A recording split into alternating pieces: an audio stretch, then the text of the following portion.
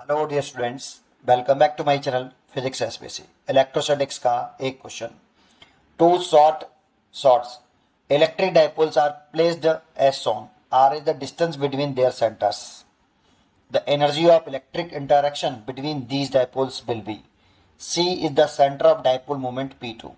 चार चॉइस रखें और एक फिगर दे रखा है। देखो, एक डाइपोल ये दे रखा है, एक डाइपोल ये दे रखा है, और पोटेंशियल एनर्जी पूछ रहा है कितनी है, electric potential energy of dipole. तो देखो, जब कोई डाइपोल किसी इलेक्ट्रिक फील्ड में प्लेस्ड होता है तो ये वाला डाइपोल इसके इलेक्ट्रिक फील्ड में प्लेस्ड होगा, ये डाइपोल इसके इलेक्ट्रिक फील्ड में प्लेस्ड होगा। तो उसकी पोटेंशियल एनर्जी का फॉर्मूला हम जानते हैं, U बराबर माइनस का PE कॉस थीटा। यहाँ पे थीटा P और E के बिटवीन एंगल है, और U बराबर ले सकते हैं इसे P vector dot E vector.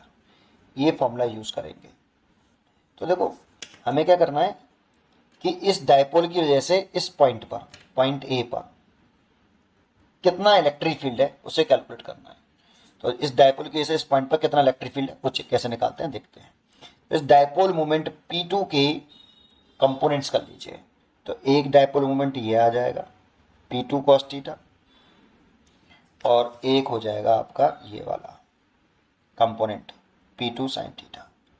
अब हमारे पास इस साइड में दो डाइपोल हैं, एक का dipole moment P cos theta है और दूसरे का dipole moment P sin theta है। इस डाइपोल मोमेंट के लिए ये पॉइंट कौन सी पोजीशन है, सोचिए। इस डाइपोल के लिए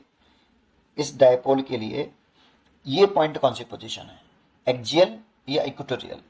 तो ये एक्सियल पोजीशन है। एक्सियल पोजीशन पर इलेक्ट्रिक फील्ड की डायरेक्शन और डाइपोल मोमेंट की डायरेक्शन सेम होती है। तो P2 से cos थीटा की जो डायरेक्शन है वही इलेक्ट्रिक फील्ड की डायरेक्शन होगी। तो ये एक्सियल पोजीशन हो गई E1, और इसका फॉर्मूला होता है K 2P upon R cube.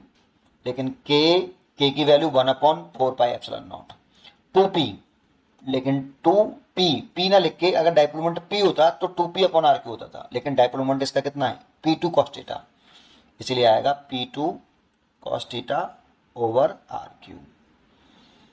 अब इस डाइपोल के लिए ये कौन सी पोजीशन है, इस वाले डाइपोल के लिए ये कौन सी पोजीशन है।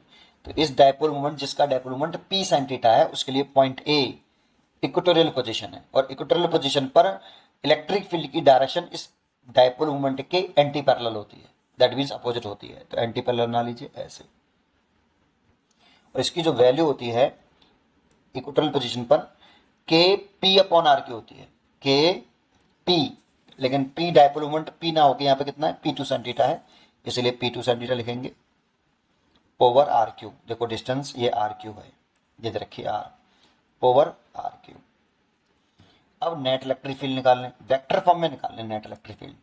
तो एक काम करते हैं, इस एक्सेस को मैं एक्स एक्सेस मान लेता हूँ, ये एक्स एक्सेस है, और ये वाली जो है ये वाई एक्सेस मान लेता हूँ, ये वाई एक्सेस है, और इसको मैंने ऑरिजिन मान लिया है, ठीक है। तो एक्स एक्सेस में यूनिट वेक्टर होता है आई कैप, और वाई एक्सेस में यूनिट वेक्टर होता है जे कैप। तो इसीलिए नेट इलेक्ट्रिक फील्ड लिख सकते हैं E vector is equal to E1 I cap plus E2 J cap. E vector is equal to E1 vector की E1 का मैग्नीट्यूड पुट कर दीजिए, तो 2K P2 cos theta over R cube i cap plus E2 vector, E2 की value put कर दीजिए K P2 sin theta over R cube j cap. ये electric field निकल आया। इसी इलेक्ट्रिक फील्ड में डाइपोल मोमेंट P1 प्लेस्ड है, तो P1 को भी वेक्टर फॉर्म में निकाल लेते हैं, P1 आई कैप, क्योंकि ये देखो ये आपका यूनिट वेक्टर है, इसकी डायरेक्शन में, किस डायरेक्शन में है P1 वेक्टर डायरेक्शन जो है अलोंग एक्स एक्सिस है, इसीलिए आई कैप। ठीक है, अब पोटेंशियल एनर्जी निकाल लीजिए, माइनस का P vector dot E vector, minus P vector dot E vector. तो P कौन है यहाँ पे P1 वेक्टर, क्योंकि P1 वेक्टर ही P1 dipole moment electric field में प्लेस्ड है। तो इतना, तो माइनस का P1 वेक्टर की वैल्यू P1 आई कैप, ब्रैकेट लगा लीजिए, डॉट प्रोडक्ट किसका E वेक्टर की वैल्यू पुट कर दीजिए 2K P2 cos theta over R cube i cap plus K P two sine theta over R cube j cap, बड़ा bracket भी लगा लेंगे, छोटा भी लगा लेंगे। अब देखो आई का आई के साथ डॉट प्रोडक्ट करें तो आई डॉट आई 1 होता है और आई डॉट जे 0 होता है, इसलिए माइनस का इसका से मल्टीप्लाई कर लीजिए, डॉट प्रोडक्ट कर लीजिए, तो 2k p1 p2 cos theta R cube, I dot I 1 और इसका इसमें करेंगे तो 0 हो जाएगा, तो इसीलिए पोटेंशियल एनर्जी आ गई माइनस का 2k p1 p2 cos theta over R cube. उम्मीद करता हूँ कि आपको ये क्वेश्चन जरूर समझ में आया होगा और इसकी चॉइस है बी। अच्छा, यहाँ पे कंफ्यूज मत होना कि एक्स एक्सिस और वाई एक्सिस क्यों माना।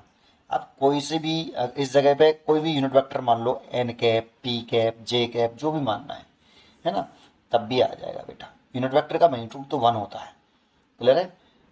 ठीक है, उम्मीद करता हूँ कि आपको ये जरूर समझ में आया होगा। पढ़ते रहिए और खुश रहिए। Thank you.